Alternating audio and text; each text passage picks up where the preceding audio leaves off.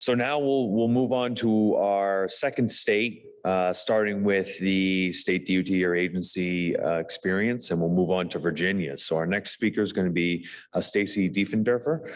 She is the senior research scientist at VTRC, Virginia Transportation Research Council, which is the research arm of Virginia DOT, where she has 24 years of experience, 17 of which at VTRC. So everyone welcome Stacy.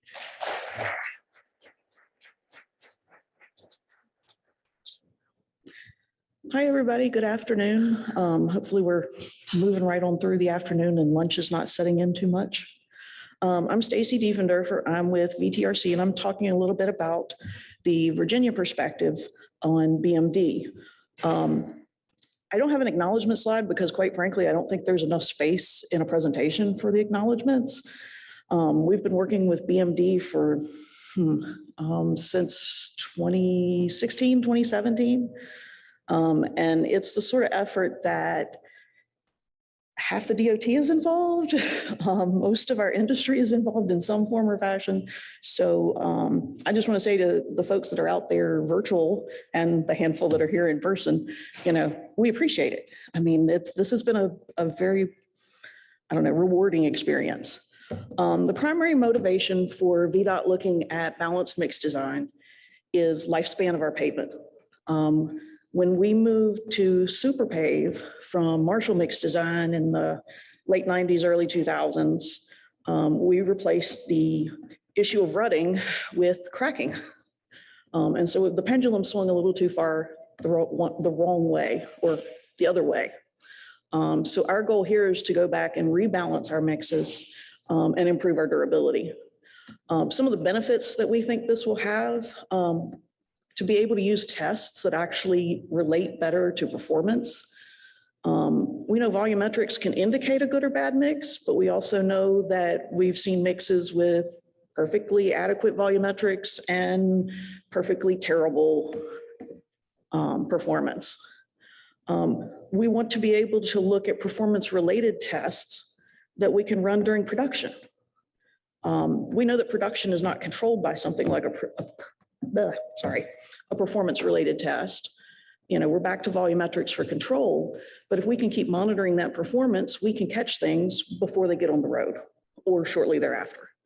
And we're interested in the use of innovation, whether it's RAP that has been driving in a lot of the urban areas of the state, looking at rejuvenators for both RAP mixes and higher RAP content mixes and lower RAP content mixes. Whatever else it might be. We've looked at fibers, we've looked at other softeners and additives. Anything that we can use to extend the life of the pavement is beneficial to the DOT. And the best thing about it is if we can work with our industry, be innovative, think outside the box, all those good cliches, we both benefit. And that's really the way that we need to move forward. As I said, we want to try to balance rutting and cracking. Our mixes were in that lower left-hand side, being somewhat crack susceptible, but more rut resistant. And we're trying to move that cracking resistance and improve it. We use the APA test for rutting, and we're looking at the IDT-CT, ideal CT test for cracking. I'll talk about that more in a minute. Looking at our implementation, this timeline was put together. We had been working to talk to the central office materials folks, our operational folks, and really as a research group, our clients about moving towards this and looking into doing balanced mix design. And interestingly, they took off with it and gave us about a 5-year timeline and said, we will be implementing this. Which is exciting. Hey, they bought in, we're all in this together, and 5 years. You think we're going to be ready to roll this out in 5 years? No small amount of pressure. So what we've been doing is we started off with our research side, looking at laboratory tests, the criteria that we want to use, and starting to develop an initial test specification. In 2019, we started with some pilot projects. 2019 and 2020, we've been, as a state, we've been into lab equipment acquisition. When we started this, our research lab was the only lab with the Rutting test capability. Our field labs had the ability to do an IDT test in terms of TSR, but had to be upgraded in order to be able to do the full measurements to do the CT index. And some of our labs were also using a Cantabro test. Some of our labs didn't have LA abrasion. So we've been working through, and you can see that timeline's almost a year for that. Being a DOT, the red tape is not insignificant. We've been looking at developing and executing training. Just this year, we started to do some just-in-time training for both the DOT and the industry. We're in the process of refining those specification requirements. We know that what we came up with a couple of years ago as an initial stab is exactly that, an initial stab. As we get more field information in and we can start relating that performance that we're getting out of mixes that we have test results for back to those values, we can fine tune the specification. And we're looking at 2023 for initial implementation. Now, initial implementation may not be statewide, every single mix. That's still somewhat up in the air. But what we're primarily looking at right now is our maintenance surface mixes. We do a lot of maintenance paving, overlays, mill and fills, and starting to apply this to those. Over the long term, it's likely that there would be different classes. You know, it may not be worth doing the effort of a balanced mix design for a rural route with minimal traffic. But at this time, we want to get the experience, both with the designs, with the testing, and with the mixes themselves. So they're, at this point, they're kind of being put everywhere. So what approaches are we using? At this point, we start with volumetrics and end with performance. And I think that makes sense on a lot of levels. It's a comfort level. If you tell somebody, here's an asphalt content, and you say, well, you know, I'm going to use 7% asphalt in my mix, somebody's going to look at you and go, and exactly what mix is that? You know, and it's either going to make sense or it's not in context. We can start off by working within our existing specs as we do all of our acceptance on volumetrics. Along with that comfort, it's kind of a risk mitigation. As we're looking at new designs, you know, that sense of, is that a reasonable mix based on volumetrics? You could say yes or no and kind of assess what is the risk moving forward. And let's face it, it's practical for production adjustments. You know, I wish we had a switch on plants that says cracking resistance increase. Let me know if you have any ideas. Maybe we can work together. But until then, you know, we're controlling by gradation and AC and our source stockpiles. So we're trying to make this practical. We're dealing with two types of mix types so far. What we call a performance plus volumetrics, or a P plus V mix. That's basically the AASHTO type A mix. We must meet volumetric and gradation requirements in our specifications, section 211, and the performance requirements that we outline in our special provision. So basically, you know, it's a performance tacked on to your volumetric mix design. And it's worked pretty well so far. I mean, we've been able to put down a lot of projects working off of a baseline mix and then adding that performance to it. But we think we can go further. What we're calling these are performance optimized, or a P mix. It's not quite a D, the method D from AASHTO, but it's a little more than method C. The mix can be designed however you wish. Most folks are starting with volumetric design for obvious reasons, but you must meet the performance requirements. That is your primary concern. We waive the volumetric and gradation requirements for that design. However, once you submit the mix design and go into production, your production tolerances that are outlined in the specifications transfer to your mix design. You can design whatever you want, but you have to produce it consistently. And so it's kind of a meet in the middle way to address this, because we want to be able to measure consistency, and volumetrics is the most straightforward way that we can do that at this point. This just seems to make sense to us. Test selection and spec development. The way that we've approached that, we've benchmarked current mixed performance properties. We started doing this a few years ago on some mixes that we had from 2015. Use that to set our target parameters. The idea is that we'll use those parameters, evaluate the design, adjust your design as needed, and then during production and construction, if we need to go back and reassess and make tweaks during production to get that mix back where it needs to be as it goes through the plant, you know, the big thing that we're looking at is long-term validation. That's the step that's missing. Matching those results, the performance-related test results, to the mixed performance in the field. And the truth of the matter is, most of the tests that we're using and the way that we're using them, they haven't been around long enough for us to have significant field. The only way that we're able to have data going back to 2015, we had a very large project then when VDOT was changing some specs. We sampled heavily, we noted the sections we were coring and doing a lot of evaluation on those sections.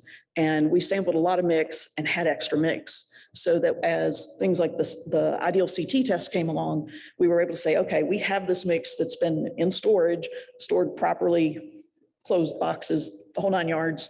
And now we can use it and try to start with these newer tests. And now we're at least 2 or 3 years ahead of where we would be if we were sampling this year to start testing. So we used 11 mixtures in 2015. These were all highly characterized, everything volumetrics. We were doing dynamic modulus. All of the, basically we threw the lab at it. And we got a reasonably well-stocked lab. So there was a lot of testing on it. What we were looking at specifically with relative to balanced mix design were evaluating our volumetrics. We looked at the Cantabro test as just kind of a go, no go general durability test. We were really primarily concerned with cracking. We looked at the ideal CT, Inflex, iFit, and the overlay test.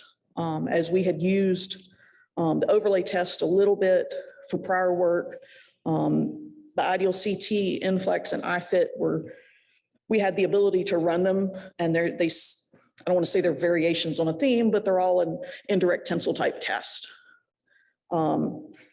And we are an APA state, so we were continuing looking at the APA. And the idea was to select a test, benchmark everything, and then select a test based on some of our criteria. We looked at repeatability and reproducibility. Were the results repeatable across each mix? Were they something that we expected somewhat? In those mixes that we evaluated, we had a PG 76 -22 mix at the time. We had 64 -22s. We had various wrap contents. Did things make sense? One big consideration that, depending on who you talk to may be good or bad, we were very concerned with ease of use. The idea with our implementation is that these will be production tests. It has to be practical for production testing for that. We cannot have a 36-hour test preparation requirement and turn it around. That's just not realistic. There's too much asphalt out there on the road by the time we get the test result back to do anything with. Availability and cost. We have to be able to get the tests. The industry has to be able to get the tests, and it has to be something that mutually we're both willing to afford. Sensitivity to the mixed properties. You can get reasonable data back, but if the data seems pretty random relative to, say, asphalt content or air voids, your binder type, the test is not going to give you good information. And that requires some validation. That's been ongoing. And correlation to field performance. I mean, in the end, even if we find that one of our tests that we've selected is fabulous, if we can't get a good correlation to the field, we're going to go back to square one and start over. Setting criteria. From those 2015 mixes for the APA, we looked at our maximum benchmark value. The rationale behind this, we didn't have general rutting issues. We would have intersection rutting from heavy loads and the occasional issue with a binder or with a mix that went out that had some inherent problems that had nothing to do with anything else. So we said of those mixes, if they didn't have rutting issues, why should we kick them out for a rutting criteria? For durability with Cantabro, again, we didn't really have any consensus issues. We don't specifically have a lot of stripping. We happen to be an anti-strip state. So stripping and raveling is not terribly common in the surface mixes in particular. So we looked at our maximum value and said, these mixes are typical. We would expect typical performance, which is pretty good. We probably shouldn't kick them out. And the values that we looked at were similar to those in the literature from other studies. For cracking, we selected the IDT-CT or ideal CT test. We took the average value for this test. What we decided is cracking is our primary failure mechanism.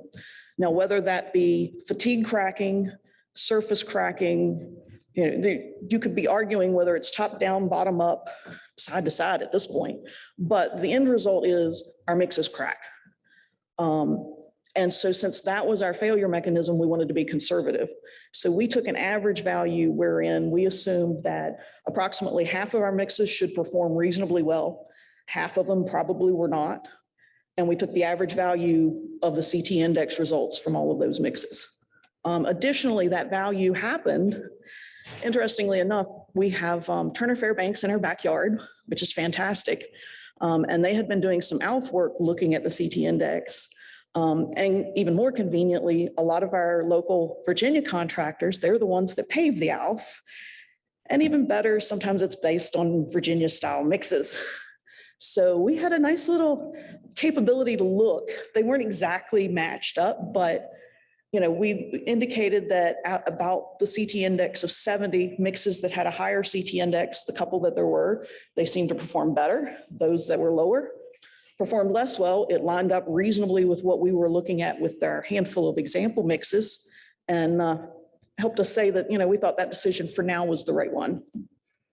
To validate those numbers, we went back out the next year, 2018, 13 evaluated mixes, 6 that we went out in the field and sampled, 9.5 and 12.5 millimeter mixes from across 4 districts, and 7 that industry sampled for us, 9.5 and 12.5 mixes across 4 districts. We were trying to get good coverage across the state.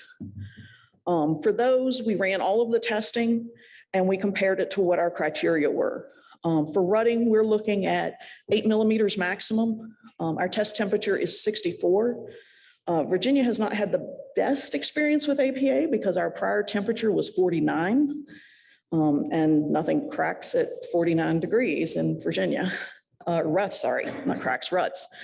Cantabro, we're testing at 25C, mass loss less than 7.5%. And CT index, we're testing again at 25C.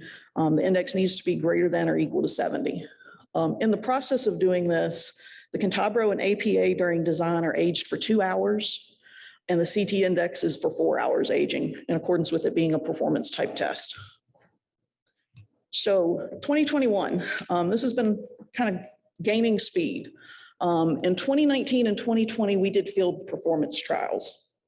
And we partnered with various contractors to put out control mixes and balanced mix design mixes. Some were lower wrap content, 20 to 30%, which is our typical range for surface mixes. We also did some 40% wrap. We used control mixes. We looked at binder dumping and dropped to a 58 minus 28. And then we looked at various recycling agents. Based off of that experience, we've put together more of a, I guess you would call it more of an actual production type special provision. And in 2021, these were advertised on specific routes within our maintenance schedules within districts. They were approximately, the control mix that was paired with it was somewhere between 2,000, 4,000, 5,000 tons. And then the BMD mixes were anywhere from, I'm trying to think, about 2,500 to 9,000 tons on specific routes that were selected so that the control mix should be in a comparable position to the BMD mixes for future comparison. We advertise these as either the performance plus volumetric mixes that had to meet those requirements and meet the performance, or the performance only mixes that must only meet the nominal max.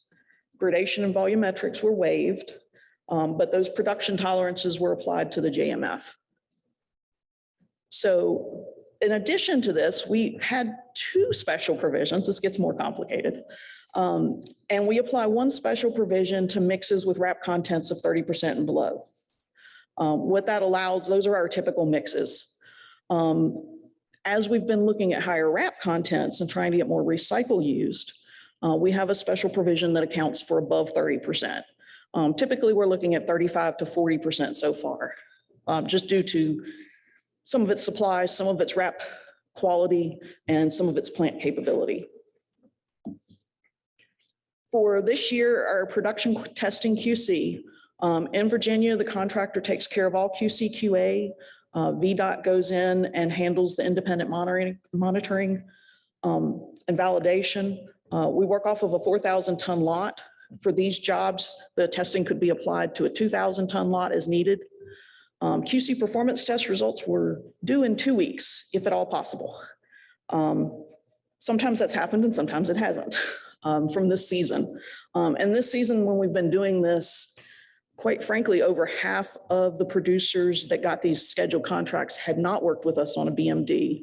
This was their first state experience. Some of them had been working quietly on private work or in the lab over the holidays. But as far as for working with VDOT on them, it was showtime. QC testing is using stratified random samples every 500 tons for the AC and gradation. Volumetric and performance testing were done every 1,000 tons. From the producer side, this was 5 CT pills and 3 Cantabro pills. We did not ask any producers to run APA ruts testing on their side because of the equipment issue. Independent monitoring, the IA program was every 2,000 tons, basically at the time of the volumetric IA testing. For those samples, the contractor prepared their IDT CT pills and Cantabro pills, and then they also prepared the VDOT pills. So double the workload. In addition, they would prepare the APA rut pills that we would test. This year, we collected 6 boxes of loose mix for research purposes to look at. We're going to go back, we're going to reheat those mixes. We're going to be looking at all the performance values on reheat mix. And in some districts, for some projects, the agency collected extra mix to take back to our district labs so that they could gain more experience. It's a lot. And a few people are like, yes, no big deal. You know, this is worthwhile. I will say I have kind of been chewed out, to put it mildly, because some folks were really not expecting what it would involve. But that being said, after a few days of this, and doing this every 2,000 tons was purposefully spreading it out for the VDOT samples so that we were trying not to overwhelm anybody. To be honest, we paved our HVS last summer with BMD mixes, and we ran 4 samples per day. And basically paving depended on the lab and how fast we could get the samples done. So we figured, you know, you could throw everything at it to do that. You know, a sample every day or 2 was not going to kill anybody. And we'd had feedback we have a lot of collaborative meetings with industry and VDOT. And we try to get everybody in the room that has experience so that the spec is realistic. Challenges for implementing this. Well, there's a lot of things we don't know. Hopefully we have the right tests. That's kind of the first assumption we're making right now. And hopefully we have criteria that are somewhere near where it's supposed to be. But it also, you know, what happens as the material changes, as you work through a stockpile, as the wrap changes somewhat, as you just go through the plant. We know that lab mix and plant mix are 2 different things. We do have some folks that design through the plant. They said that was an interesting way to attack it, and they were less surprised at the end. You know, just different philosophies. So how do we make mix adjustments? If we find out that we're going through and our AC goes up, well, we have an idea what that'll do to performance testing, but when we adjust it down, how much is enough? How much is too much? What sort of natural variability throws us out on the performance side? That's some things that we're looking into through some various projects. The reheated material issue is going to be a plague of DOTs everywhere. We, like probably everyone else, we collect at the plant. We collect at another plant. You know, the guys are out on the road all day collecting mix, return at the end of the day, gets reheated the next day, and all of the testing performed. Unless they're lucky enough that the plant's right down the road from the lab and then they swing through and drop it off. So we're doing reheated mix testing on everything. Do we need unique target values? Do we design with one value, run our mix through the plant, and then determine our plant target value? How are we going to deal with that? As we're doing QA/IA, how do we compare the contractor QA values that are on plant material that is unreheated to a VDOT value that is reheated? They're not going to be equivalent. How do we account for that to look and make sure that we have that independent assurance? So we're trying to tackle that. The additional effort in testing, and I think this definitely hits the industry as well as VDOT, manpower and time. We lack both. Getting equipment, we're lucky that we've been able to outfit all of our district labs. We have 9 districts and 7 labs, and every lab is now up and has the ability to run. There are a few that are dragging their feet a bit. But there's complaints from the labs that, you know, we're already busy just doing volumetric testing. How do you expect to add this extra workload on us? You know, we're going to have to deal with achieving more manpower and training. The big thing is training. We thought going into this, particularly with the CT index, you know, everybody runs a TSR. This is not difficult. We did a round robin last year. The first stage of the round robin, we provided the samples and we asked people to run an IDT CT and send us results. And some labs that should theoretically be very capable, you know, you're running a dry room temperature IDT test. They couldn't or didn't, or some of it was machine issues, equipment issues. Some of it was just not knowing what to look for, not knowing what to do. And so we found that we really need to up our game in terms of training and qualifications for those running the tests. This year we ran some just-in-time training. We've been trying to have folks go around. Industry's been, the Asphalt Association has been going around and trying to offer some training and assistance. But it's one of those things we're going to end up needing to certify our technicians and our mix designers to know what to do to make sure that we're consistent. We're just getting the data analyzed from the second round of our round robin where labs made their own pills. So I'm waiting to see how that variability comes out. We know the variability will go up, but how much?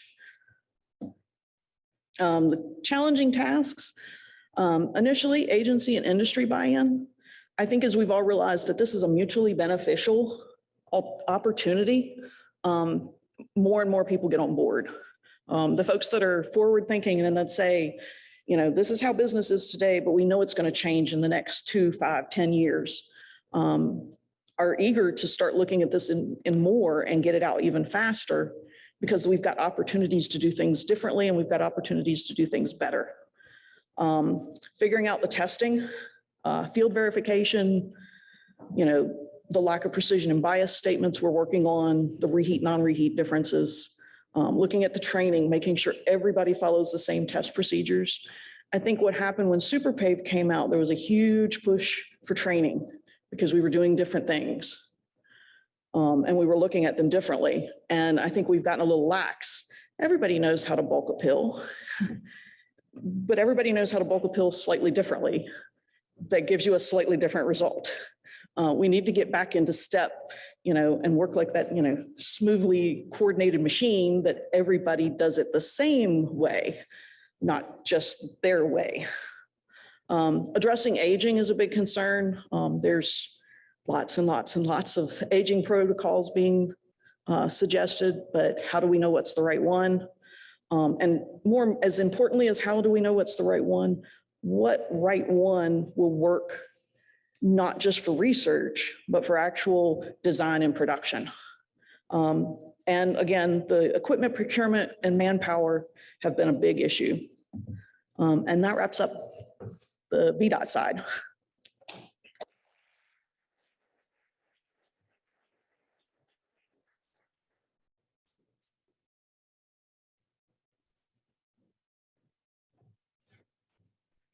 All right, thank you, Stacy. And then our last presentation before break will be the Virginia contractor experience. So we have with us Danny Poole. He's the Director of Quality Assurance for Superior Paving Corporation, where he has 35 years of experience in the industry, 30 years with Superior Paving. So let's welcome Danny to the stage.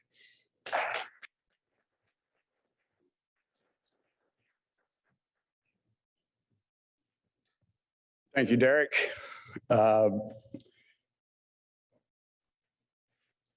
do have some acknowledgements I like to make. I don't have a slide for that, but big shout out to Stacy and her team. We've been part of some pilots in 2019 and 2020, and she did a lot of traveling and a lot of night work, and it was a tremendous amount of work. So thanks to her and her team. I'd like to thank also Dave Shields from Northern Virginia VDOT for their cooperation to allow us to do these trials, and also Kwame Adu in the Fredericksburg district for allowing us to do that work in that area. Also, two of our aggregate suppliers,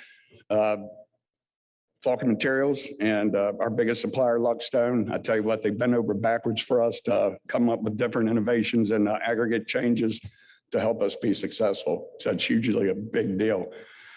As stated, I got 35 years of experience, but I got about 35 minutes experience of doing this type stuff. So I apologize in advance for any awkward moments of silence. I hope everyone in this room enjoyed their time in Nashville. Myself, not being a fan of country music, I went to the Music Row yesterday and had a blast, but it certainly did not influence my taste of music. So anyhow, I think this thing's moving too quick on me. So just to get started and share our experiences, conversations first started that I'm aware of in 2017 through 2018 about doing something different. So in 2018, the BMD Technical Subcommittee was formed, and I was fortunate to be a part of that. Personnel from Virginia DOT and the Virginia Asphalt Association, and some of us contractors. It was probably a team of 18 or 20 people. And I tell you what came out of that kickoff meeting, everyone was in agreement that there is a definite need for a different approach in designing and producing asphalt to help combat our cracking issue. I drive a lot of roads in the northern and central Virginia area, and I tell you what, seeing some of those cracked pavements out there does disturb me. It does bother me. So to be with a group of people that are as anxious as I am to do something about it, it's pretty rewarding. So out of that meeting, some of the discussions that were included was what test to use. The cracking test, Stacy touched on it. It was decided before this kickoff meeting that we would look at the ideal CT. In various studies, to my knowledge, it was found that it was also correlated very well with some of the semicircular bend and simple shear test. And also it yielded quicker results, quicker turnaround, and it can be used as a production, as a quality control test. And it was far, far less complex than a lot of the other tests that were out there. And certainly something for the contractors, especially us with having 10 plants, it was more affordable when it came to equipment.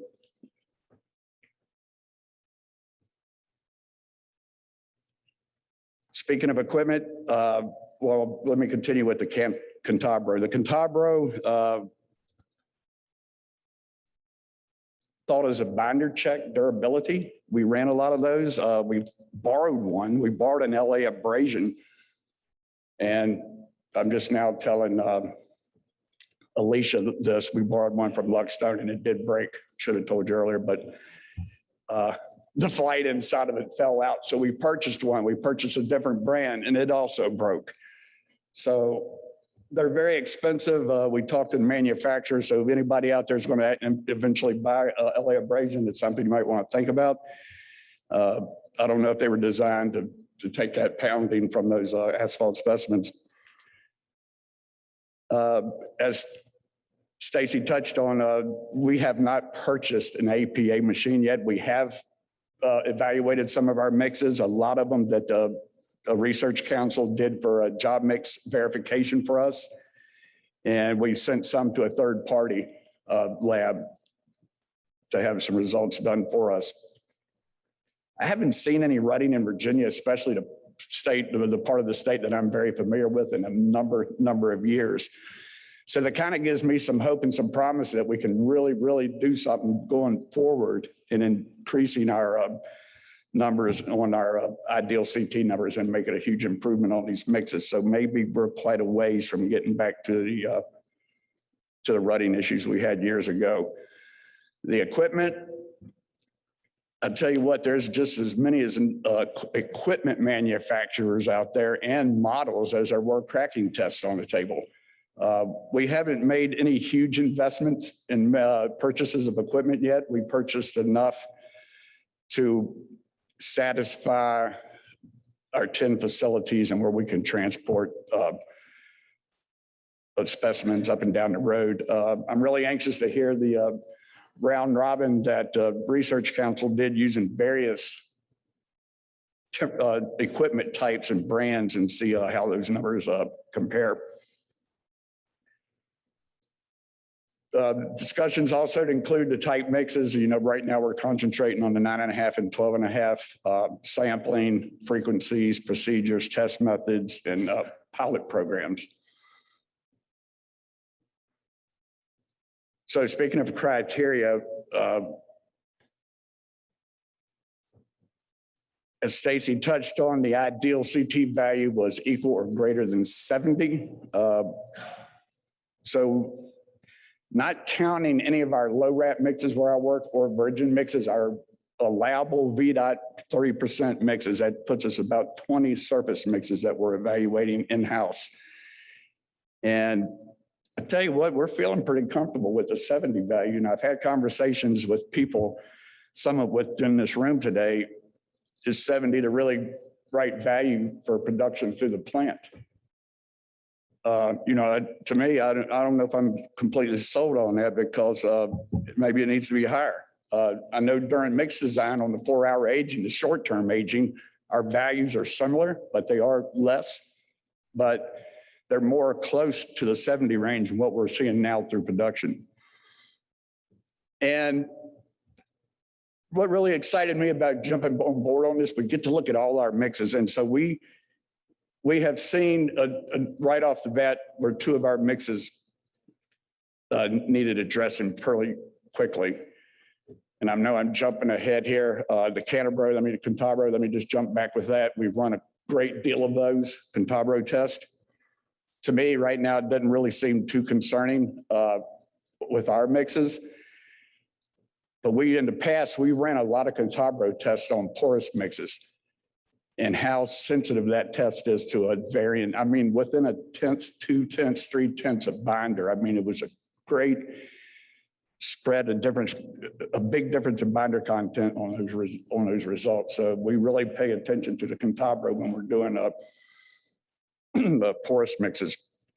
Also, we learned the hard way when running these Cantabros, it's probably a good idea to have this LA abrasion machine in a climate controlled atmosphere rather than outside or in a shed with no heat. And when you're running that test and the specimens are very, very cold, it yields you great loss. So we kind of learned the hard way on that. Again, the APA rutting is equal to or less than 8 millimeters. And at this moment, we feel pretty good about that. Pilot projects, we participated in 3 of them. 1 in 2019, 2 in 2020. Different locations, 3 different plants, all of them at 40% rep. and variant aggregates, a lot of different varieties in aggregates. I'm talking GSBs of aggregate anywhere between 2.7 and 3.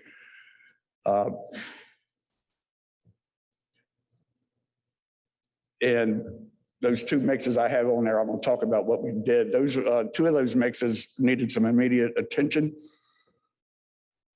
And the 9.5, the one that this 9.5 mix we were going to do in our Fredericksburg district, even though it met all current specifications in section 211, all the volumetric gradation bands and everything, it was a great mix on paper, but the performance values were really bad.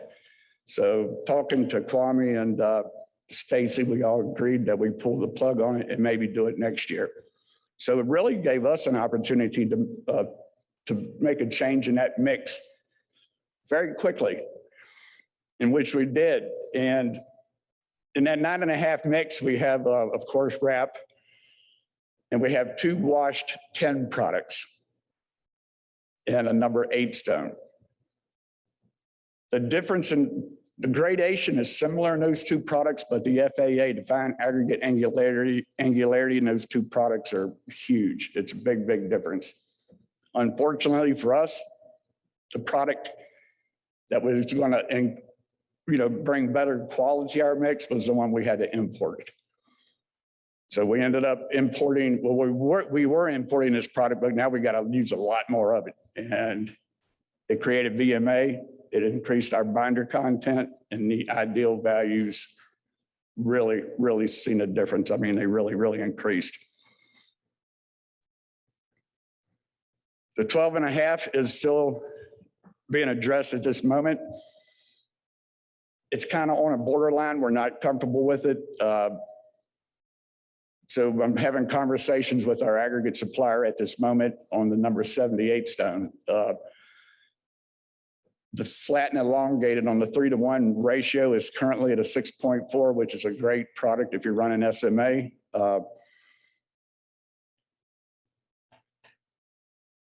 If we can change that particle shape, like I say, we worked with it, the gradations are still similar, and we can get that F&E to a 17.6. Again, it allows us to increase the VMA to allow some extra binder to get into the mix, and we feel really good about where we're going with that. QA, QC operations. It is an increase of workload.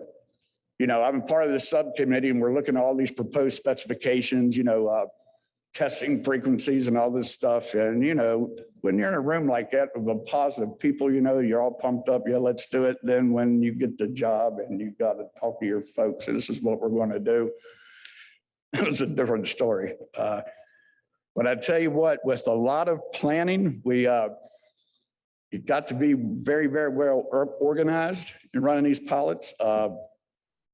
You got to anticipate the next move. Our guys stepped up. They did a great job. It was a lot of work. It was certainly a lot of work, but well worth it. We learned so much. And through accuracy, I feel confident we can predict mixes down the road and extend our pavement life. Volumetric leniencies, and what I mean by that, and I told you I didn't have much experience doing this. I wrote some notes on top of my notes, but through our performance testing and what the tests suggest that our optimum asphalt content should be does not align with current volumetric specifications. It's not true in every case. So once we gain a lot more information, even after 22 and year 23, it's my mindset, it's just my opinion. I don't see us ever going away from volumetric property testing. I can comment on that later, but maybe there's some kind of leniency if our performance tests say that we need more binder.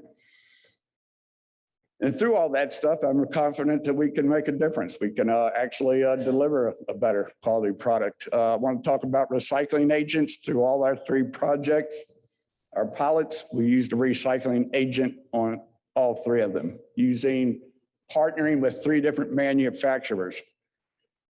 And years ago, when I heard about these rejuvenators, you know, I was a little skeptic. You know, is this a snake oil or does this stuff really work? But I tell you what, we've had great success with it. We really have. Also, alternate binders. In our studies, we used a 58-28, and we've seen great increases in our ideal values using a softer binder. Disadvantages, staying competitive. Some of the things I talked about those other 2 mixes that we need to make addresses on.